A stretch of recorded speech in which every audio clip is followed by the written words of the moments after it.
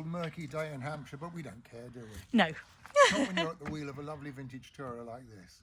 She's an LM series Vauxhall 1440. The first model of this is a Clarence King design. They appeared at the 1921 Motor Show and were available from the spring of 22. Then 2 years later came the later series. This is what the LM series, this is one of those. Available as a saloon, as a tourer, as a drop-head coupe, and they're just a very nice car. They're 2.3 litre, nice car, ideal sort of long-distance touring car, quite happy around the 50 miles an hour.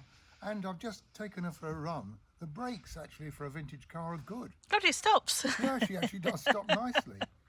It's been, she's had 21 years with the current owner, who's a very capable engineer he was, and he did a lot to keep the car in absolute tip-top order, to be reliable for tours.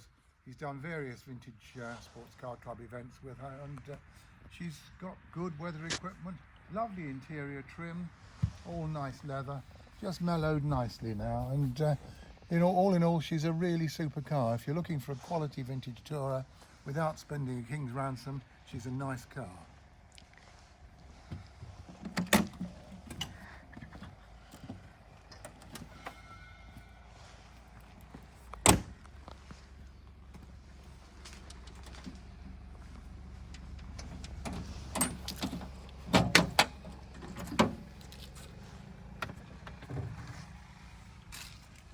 Nice straightforward side valve engine. Almost a sort of touch of the Edwardian era there with the old compression taps. Good purposeful horn. Lovely when you see details like the oil can and the extra spark plugs and everything. I love the oil can. She has, of course, the correct auto-vac fuel feed, but there is, additionally, there is actually an SU pump fitted to aid starting if required. But since the auto-vac's been overhauled, apparently it isn't necessary.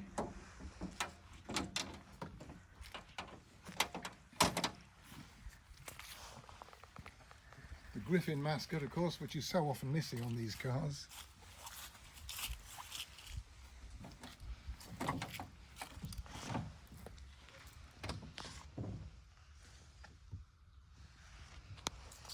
They're so nice, vintage engines. Everything's so straightforward, isn't it? Nice bronze carburettor. As I say, the auto-vac has been overhauled, so everything's working absolutely as it should. She's well shod.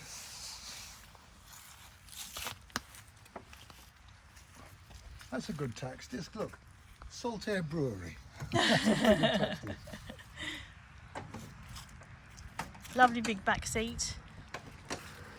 Yeah, it's a good, comfortable 5-seater. We've just sat her trunk on there. She's not actually strapped in, but it fits perfectly. Yeah, she was registered in Surrey. She's got the original registration, PE.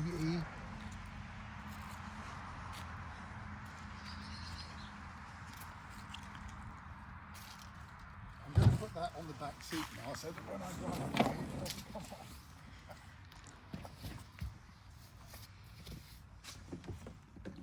Like a lot of cars of this period, the handbrake and gear lever are on the right-hand side.